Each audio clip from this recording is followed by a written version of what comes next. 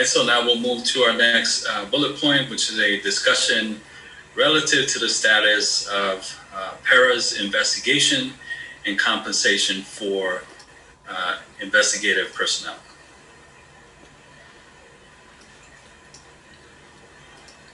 Jose? Sorry.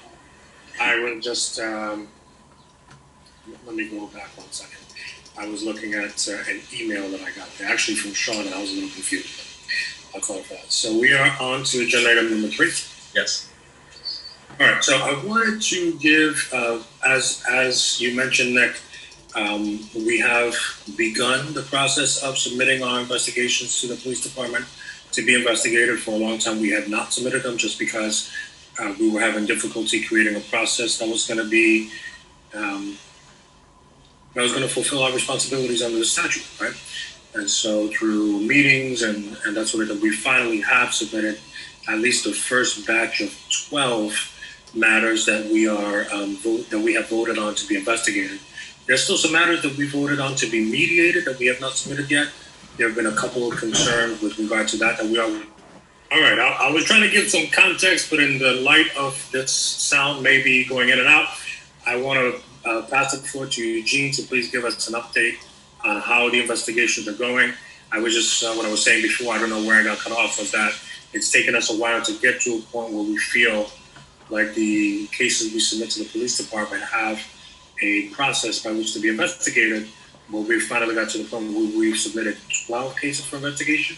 We will be voting on more cases to refer to investigation tonight, but as of this moment, there are 12, and I'd like to give Eugene the space to give us an update as to how that process is going, and then I'll come back and take the part in talking about compensation to that end. All right, thank you very much. This is really kind of quick and easy.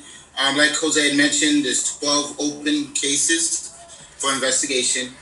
We sent a detailed list to allow for the police to put together information requested.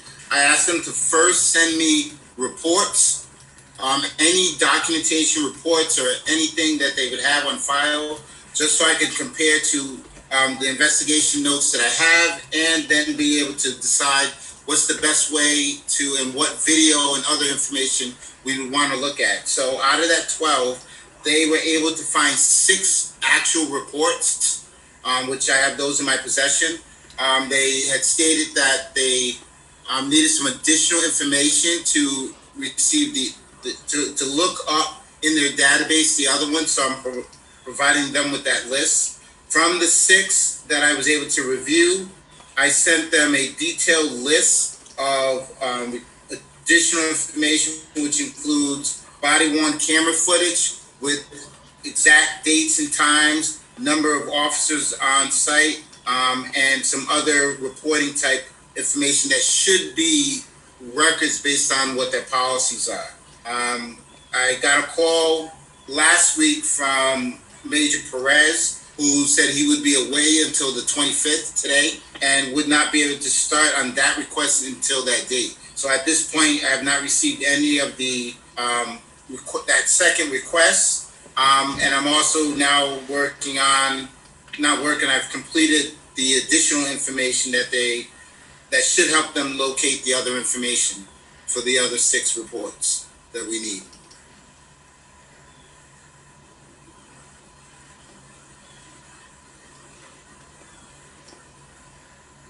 Mr. Montero, So that was the short. Oh, sorry. No, go ahead, Nick. Yeah, just a question about timeline for the completion of the review of these 6 cases that you've been able to gain access information for. When I sent the request, that kind of bring down for the actual reports, I will say I got the 6 pretty quickly. Probably within about just over a week, I was able to start reviewing those. That part, I think they're still trying to figure out the details. The hard part right now is that they're having everything go through internal affairs, which the problem with that is that means that if that was me in that position before I provided any information, I'm going to review it. And that means if they see something that is of concern in that review, it's going to trigger internal investigation. And then that's going to be a whole nother cycle of steps that they're going to put in place, and we won't receive the information. Some process needs to be put in place where we either directly connect with records, because the reports and body cam footage can be accessed in that way through their records department. They just have to figure out and create that process. This current process, it hasn't happened yet, but if there is information out of any of these reports that would spark an internal investigation, I guarantee that's the steps they'll take. Thank you. Mr. Cohen, any advice for Mr. Montero in the pursuit of finalizing these documents? I'm not sure what he said is true, because they're going to review it, and if there's anything that they see, if they haven't already received a complaint of what we're looking into, and it triggers something that they can investigate, they're going to investigate it, and then that's going to put a whole other group involved. Yes, Susan. Eugene or Jose, when was the first time, just trying to establish a little timeline here, when was the first time that you sent over a request to the police department asking for any information that we have not yet received? Jose, do you remember the date that you sent your original information over? And just talking about the complaints we received, not talking about reviewing their internal investigations, which is a lot of what Eugene has done. But the complaints that we received, we sent over the batch of 12, if I'm not mistaken, July 30, like one of the last days of July. Okay, I thought we had sent over some a while ago when we first determined, investigate, one of our three options. No, I mean, we've had a lot of conversations with them, but in terms of actually sending them a complaint or a description of a complaint, that has not happened until about 3 weeks ago, 3.5 weeks ago, almost a month. Okay, the initial request, the initial request was sent on or around 8/11. So excuse me, guys, if I can interrupt for a second, should this be in an executive session? This conversation? No. But it's just we're talking procedural. I mean, Yeah, there's no. Okay. I think we're okay. Okay. No individual information being given. Right. If you want me to jump in, this isn't exactly on point with what your executive session is advertised as, because that's to talk about specific cases. And because you're not talking about specific cases or names or anything like that, I think it's fine for you to keep talking about it in open session. Thank you. Okay. One more question then. So what was the date, the first complaint that we received, we decided to investigate? Oh. You know? So I'm sorry, now that you say it that way, Susan, I think I understand a little bit better. So literally the first 1, 2, or 3 complaints we received were April 2019. And what we did was, because we didn't have, an investigator, we had even less process than we do now. And so what I did for the first or second complaint was I wrote a cover letter to the chief, the commissioner, copying internal affairs, informing them that we had a complaint and doing what I do, which is to describe what happened. On Elmwood Avenue at this time, we received a complaint. We're not going to give you the names of the folks because that's confidential, but this is enough information for you to find the reports and everything else. After the first 2, we ran into this problem with what Eugene is alluding to, in that internal affairs has to look at it, and there's a lot of ifs, maybes, ors, and so there just wasn't that streamlined communication in terms of giving us what we needed. So that's when we stopped sending the letters and kind of focused on trying to create the process, which has taken us until now. So thank you for bringing up that question. That was so long ago, I kind of even.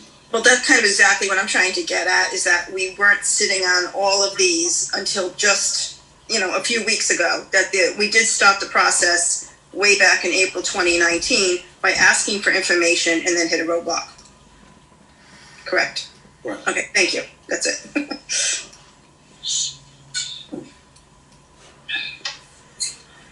Okay, I'm sorry, Eugene, did you have more that you wanted to add? No, that's it. Like I said, like the biggest concern that I have is, as I stated, I even on the review of some of the reports that I did receive, I can tell you they sent those most of that information over with confidence that it may not have too damaging of information. There are a couple still. I'm really interested in looking at the body cam footage. There's one case in particular that I'm concerned that if they do review it, that's going to go to internal affairs when they review it, based on the information that I have so far. Correct me if I'm wrong, but even if any review by the police does create an environment where they end up doing an internal investigation of their own, do we not have the authority to do a parallel investigation? In my understanding, the answer is yes, but I can tell you they're going to, it is possible, they're going to go back to the same conversation that we've been having. I get that, but I mean, I think that at this point, this kind of tennis match of what we feel versus what's actually in the ordinance or statute is where we need to be going. I mean, if it says that that's where what we can do, if we do have the authority to execute on a parallel investigation, whether they want to do one because of their internal investigation or not, if we deem it necessary to do our own investigation, I think that's something that we should be doing. I don't know if other members of the board agree with that or not, but that's my stance on it. I agree with that, what you say. We have the power to go parallel. They can't. I had mentioned I talked to some of you all and tried to figure this out, but they can't impede our investigation if we have the authority to go parallel. They can't withhold evidence for us not to perform a parallel investigation, and that's why we have to also, with the potential statute being rewritten, come up with different policies or protocols or procedures to allow this to happen, because it shouldn't be, based on the statute and the spirit of the statute. Yeah. Thank you, Mike. Yeah, and I appreciate both comments, because with that same thought process, I still requested the information, because it should not stop us from moving forward. When we do, we should be prepared to do what we have to get the information needed.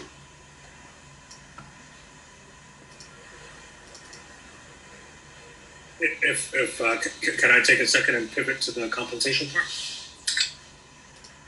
Or does anybody else have a question? If there are no further questions, we can move to that portion. On the one hand, I did not include mediation on the Lost your audio again, Jose.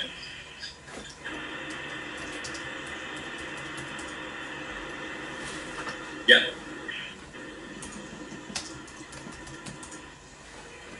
This is where we need some elevator music.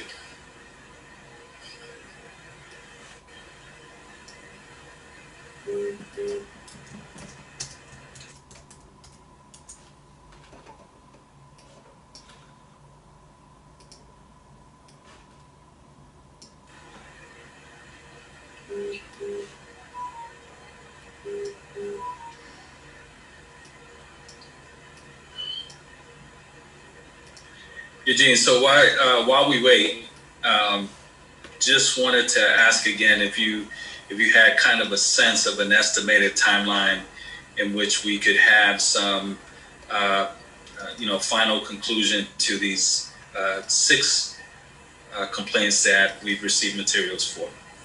It's hard to give an actual estimate, because I don't know how long they're going to take to provide the body cam footage. So once I have the body cam footage in my possession, honestly, I should be able to get through pretty quick. One particular case is going to be a little bit more in depth, so that might take a little longer. But it's hard not knowing how long it takes to get the material to give a real estimate of time. So the practice has been, and Mr. Cohen, you can correct me if I'm wrong, if there's no ongoing investigation, then the videos should be easily released. But if there's an investigation that's already happening in which the videos are part of evidence, then it becomes a more complicated matter in retrieving that video. Is that correct?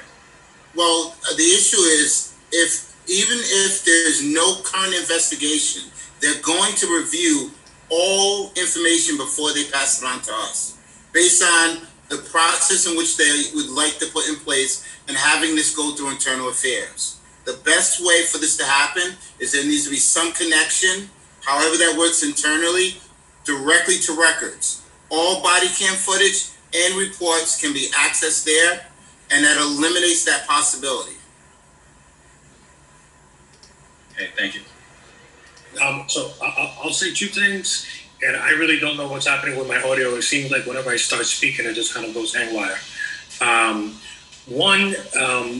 Obviously, I am in communication with the City Council office about trying to amend the PERA agenda. I think there's appetite for some changes we're recommending, and there's not so much for others. But this one seems to make sense, right? The department should be simply handing over the materials that we need to investigate these things. So that is something, that is an effort that's taking place right now. I wanted to just say two things quickly. In all reality, mediation should be included in this bullet item. The reason why it's not, we've run into some extra difficulties with mediation because a mediation is, and I'm not saying it's what I think, it's just what I've experienced. A mediation is going to require a police officer to make a statement, right? A mediation is in many ways a conversation between, or not necessarily between the parties, but through the mediator, trying to get to the issue of what happened and trying to get to a point where it won't happen again. And we've been met with even more resistance, as much resistance as you all are hearing about with regard to investigations. We're being met with even more resistance for mediation because the understanding is that police officers either pretty much will not participate in a mediation, which puts us in a position of why go down that process if we know that that's the case. I suspect that may change. That's, certainly the same way with investigations. At one point, we were told explicitly there will be no parallel investigations. The conversation that's taking place now is different. And so just to speak to the mediation component, and we should be addressing it here, but that's why we've kind of lagged behind with mediations. The latter point I wanted to get to this bullet is about compensation. Obviously, Eugene is not a full-time employee. Perhaps if we get to the budget for the next fiscal year, we can have a conversation about posting the position to turn it into full-time because the workload for Eugene has increased tenfold between everything that's happened this summer and now that we're actually beginning the investigations. I wanted to inform the board, or better stated, remind the board of what we did in the last fiscal year in terms of thinking about compensation for this position while we wait to turn it into a full-time one. Right now, we're in the July 1 to June 30 fiscal year, 2020 to 2021, but we're still using the same budget, if you will, as last year, just because the new one hasn't been appointed yet. And so outside of the salary line item and all the benefits and everything else, the main line item we have that could pay for something like consultants or independent contractors is our miscellaneous line item, which we have $75,000 allocated to.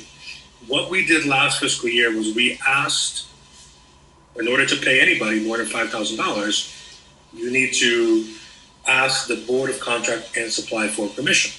And basically the way that it worked was that we had to write a formal letter to the Board of Contract and Supply that basically says, listen, we are a relatively new board.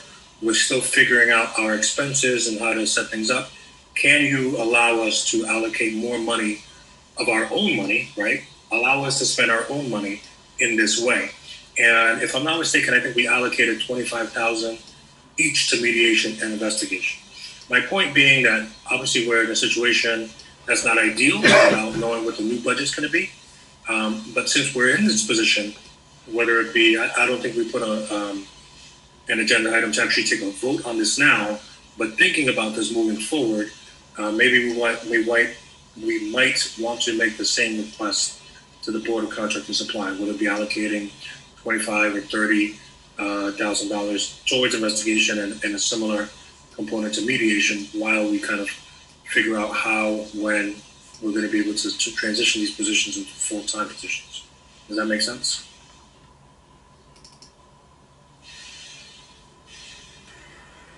I'm getting a lot of blank stares. Thank you. Any questions for Jose?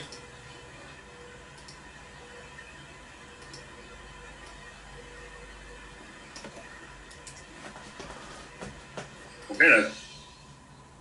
I was going to say, I think that maybe we should start getting our ducks in a row to put these jobs up, post these jobs up, so that we can move past this place where we're playing a game where we have to pay someone a consultancy fee or a part-time fee, and that way the jobs are posted, we vet the people that we're going to possibly hire, we go through all the motions that we have to go through, and we get our full-time staff so we can keep doing the work that we're doing.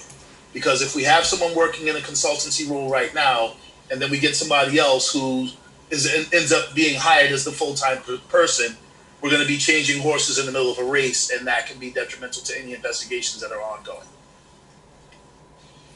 So I'll start to put a job description together, at least for the investigative position and maybe the mediative one as well.